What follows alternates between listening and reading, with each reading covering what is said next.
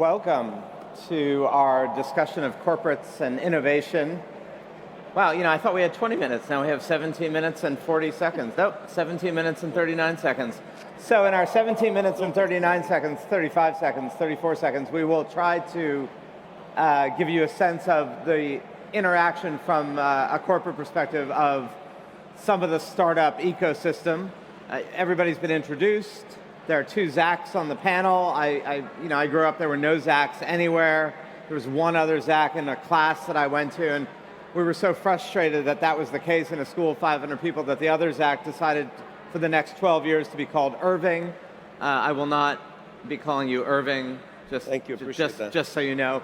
But I will turn to you first, because you're directly on my right, only in geography, not in political, well, maybe in political, I don't know, we didn't talk about that first.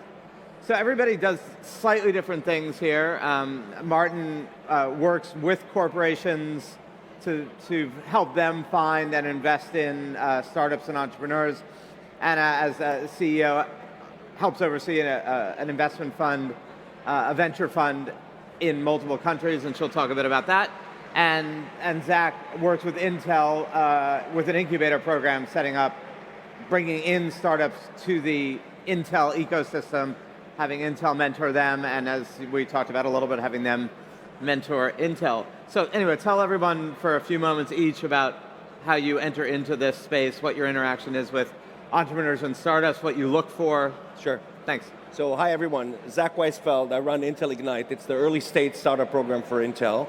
And we take companies mostly in deep tech at late seed, average of about $8-9 million when they come to us, and we help them grow fast, super fast. So we're a young program, 2.5 years. Our startups come to us at seed and raise already $1.3 billion in the last 2.5 years. So they run super fast. We help them be successful. And in the process, as Zach said, we're all about also teaching Intel about the world of disruptors like all of you, and how do we connect better to startups, and how do we teach Intel how to work with early stage startups and then build new disruptive businesses together. So that's what we do.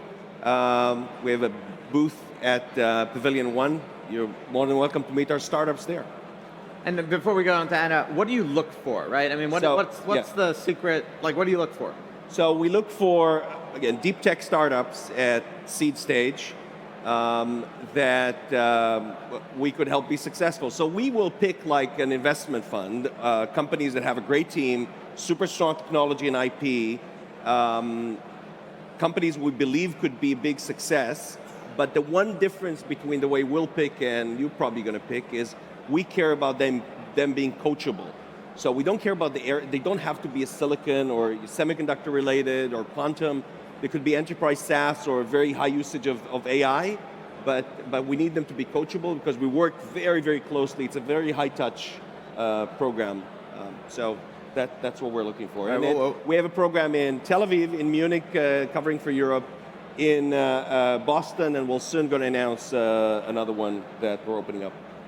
So Anna, I mean, you oversee this very large, complicated company. Where does venture fund and entrepreneurship fit into that, given that it's an energy company, there's a lot of expensive stuff, which is not usually done by entrepreneurs and startups. They're not going to spend tens of billions of dollars building stuff. So how does that interact with the business you're in?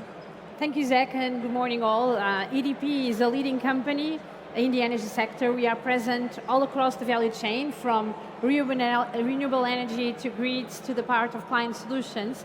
And we are present across 29 markets all across the globe, from the US, here in Europe, in Portugal, Spain, many other countries, Asia, Brazil. And so for us, we are really committed to lead this energy transition and to contribute to the climate change. So we have established very ambitious target to be all green by 2030. We already have 75% of our energy is already from renewable sources. And to really reach these very ambitious targets that were already very ambitious, but with the conflict of Russia and Ukraine and disruption in the supply chains, it will be even more ambitious to reach these targets. It's crucial for us to have really innovation as a core element within the organization. we have established 7 different domains where we invest, from renewables to hydrogen to mobility to grids and many others. And to do that, we do it through internal innovation that is quite critical, through open innovation, and through CVC. And for us, the part of the CVC and the open innovation is really important to really get together with the ecosystem in finding solutions that will really allow us to really lead this energy transition. And so we have, so far, our CVC part is through EDP Ventures, and we are present in the different geographies. We have invested so far in 37 companies and 52 million euros so far. And we are looking up to 2025 to really invest another 100 million euros in CVC. And this is done really to have innovation at the core, to work with all of you and many others that we expect also to visit us, our space here in the Web Summit. And by doing that, we have increased agility, we have increased flexibility, and we have a different mindset within the corporate organizations that is really, really important to work with every agent within the ecosystem, and that's one of the reasons why we are here today. I want to get back to this, the way in which entrepreneurs come to large companies, either because they want to get funded, acquired, or be mentored, but the reverse also ends up being true in terms of the mentoring. But let's get back to that in a moment. So Martin, you set up you work with individual companies to be somewhat of a, we talked about this, kind of an outsourced VC model. How did that evolve? And tell us some of the companies you work with and what it is you bring to them and what you look for in entrepreneurs and startups. Yeah, well, thanks, Zachary. Well, good morning, everyone. I'm Martin Tantow, a partner with Pegasus Tech Ventures. So we're a global venture capital firm. We're based in San Jose, California, but we have operations across the world. We're pretty strong in Asia. We have operations in the Middle East and, of course, in Europe. Actually, I had myself the European operations out of Munich, Germany. How our business model is different is that we work with over 35 corporate partners. And these corporate partners have individual single LP funds with us. So we invest very much aligned and closely together with our corporate partners, where we act as a general GP and the corporate partners are the LPs. In terms of numbers a little bit, so we have $2 billion in assets under management so far. We have invested in over 220 companies, out of which about 55, 60 exits, about 20 IPOs out of these exits. And I can go a little bit more into details maybe in a second. But let me ask each of you, kind of because it's relevant to this group and this place, like what do you look for? I don't mean what do you look for in terms of specialties, right? Because you each energy and renewables or tech, and you're more broad spectrum with automotives and deep tech and all of it. But what do you look for in the sense of the qualities in an entrepreneur? Because I mean, all of you get hundreds, if not thousands, of different people going, hey, look at me.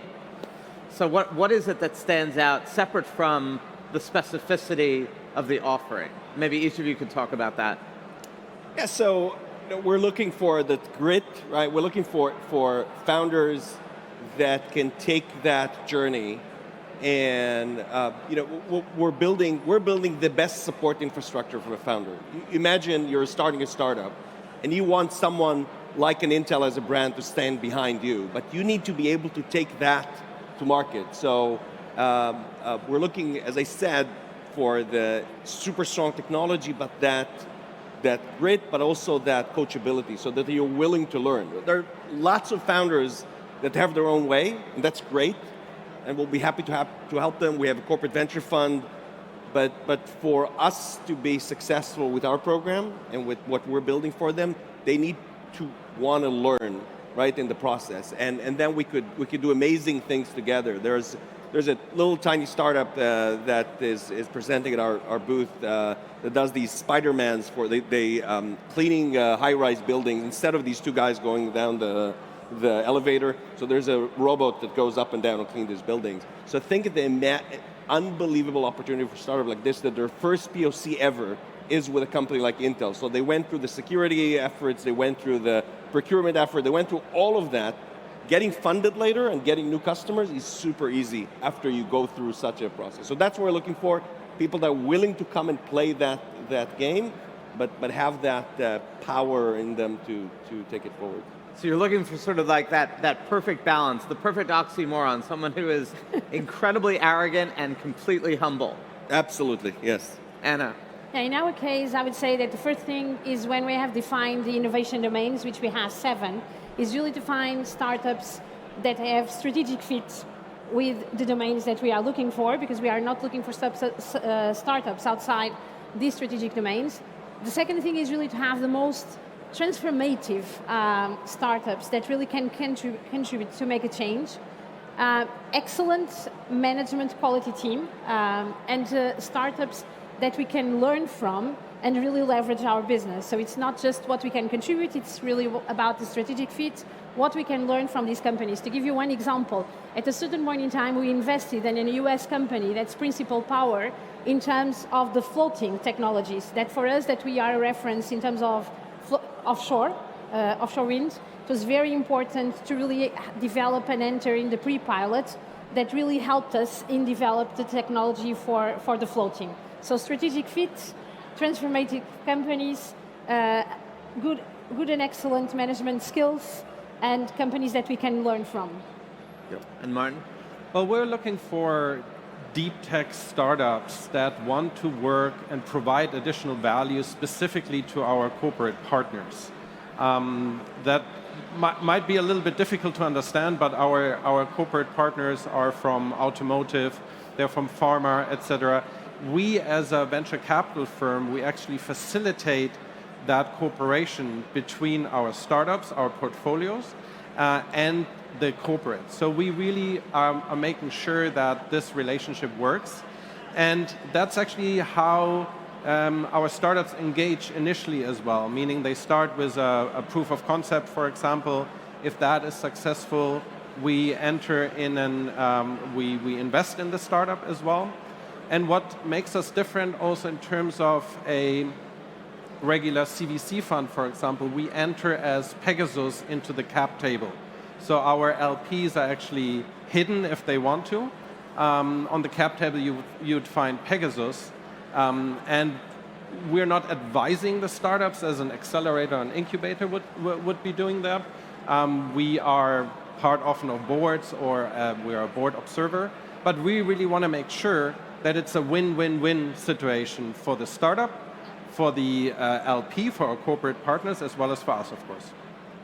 So I want to go back to this idea of like the cross mentoring, right? So most startups and most entrepreneurs, if they look to corporates, it's either for funding or it's for some sort of guidance of how you navigate a larger company. What's also interesting though is, what do you learn? What does a large bureaucratic organization learn from entrepreneurs? Can they? Will they? To some degree, there's always this. Particularly when you're a larger, older, established company, you reach a certain point in your life, you want to feel like you're cool. It's like boomers and millennials or boomers and Gen Z. We want to be the cool kids on the block. But does that even work, right? I mean, the desire to learn and the ability to implement in a large organization. So maybe, talk about some of the successes or the failures. Particularly, you were at Microsoft, you're now at Intel. Utilities, yes, it's renewable, but utilities are not usually thought of as being the most creative companies in the world. No, I'm sure yours is incredibly so. Yeah, so as you mentioned, I started the Microsoft Accelerators. That was back in 2011 when Microsoft was the evil empire. No one wanted to work with Microsoft, right? And we did a complete turnaround and becoming a company that many, many startups like working with and learned a lot in the process. Intel, very similarly, we figured out that we kind of have this gap that happened in the last few years between us and these amazing audience of disruptors. And part of what I'm trying to do is make that connection back in. And as you mentioned, we're learning a lot in the process. So we're creating what we call Intelpreneurs. So we have about 250 people inside Intel that come and work with the startups. It's a highly managed process. And they help the companies for 12 weeks, and unbelievable things are happening in the process. Now, in some cases, we will actually acquire the team. So we had a case of a company that came to us, Granulate, $4.5 million, 5 people to our first batch in Tel Aviv. And according to the press, Intel bought them for more than $600 million a couple years later. And it's one of the major strategic engines now for our growth, right? So we're learning a lot in the process, and our people are changing in the process. They learn about growth mindset, they learn about customer obsession. Ignite is kind of a gym to exercise all these values inside the company. And it's been working well. We got awarded by the CEO as the Excellence Award for the year for the value we bring to Intel. Anna? Well, at EDP, open innovation is really not a buzzword. It's, we see it as a key enabler of our strategy to really lead the energy transition. And startups are supporting us in many different ways. One is the cultural spillover of the mindset of more agility, of more creativity, of working more in network and with external focus rather than internal focus. And that's a priority and one of the things that startups are bringing into the company. The other thing is, of course, access to new solutions, to new technologies. And through that discussion that we have in the programs and in the accelerator programs, we have free electrons with other utilities, and Energy Starter, that is a program that we conduct in the different geographies to have this access and this discussion. So startups are bringing cultural mindset, they are bringing new technologies, new ideas, and they are bringing also more agility and more speed to the organization to really make sure that you have an entrepreneurial spirit even if you are working on a large corporate. And in today's pace and way of change, it's really a critical competence that organizations need to have. And this really implies that organizations also need to change and be prepared to work with these startups, because it means that we need to be very agile and a significant speed in providing feedback from the business units, from the innovation teams. We have to be not bureaucratic in terms of the systems of approving, evolving, providing the solutions, being present within the boards, and really to prepare the processes for these type of things, because the ones that are in place for the large corporates are not the ones that you can have in having this relationship with a startup. So for us, within EDP Group is really a priority for our teams, from top management to every member within the teams. So Martin, last word, really easy question. You work around the world. Is there any cultural differences between entrepreneurs in Europe, the United States, elsewhere, or is there basically like a global entrepreneur culture? And you have 11 seconds. No, you can have a little more than that. I mean, then let me use my 5 seconds to say for the European audience as well. I mean, I'm originally from Germany. I've lived almost 20 years in the US. I really believe in the European ecosystem as well. I think what we in Europe need to elevate as well is kind of using the diversity that we have in Europe to compete. Often when we see from America, they say, well, every couple of hundred of miles I drive through Europe, I have a different language, I have different currency, I have different things. We need to use these differences and this diversity we have in Europe to make Europe even better and to compete on the global scale.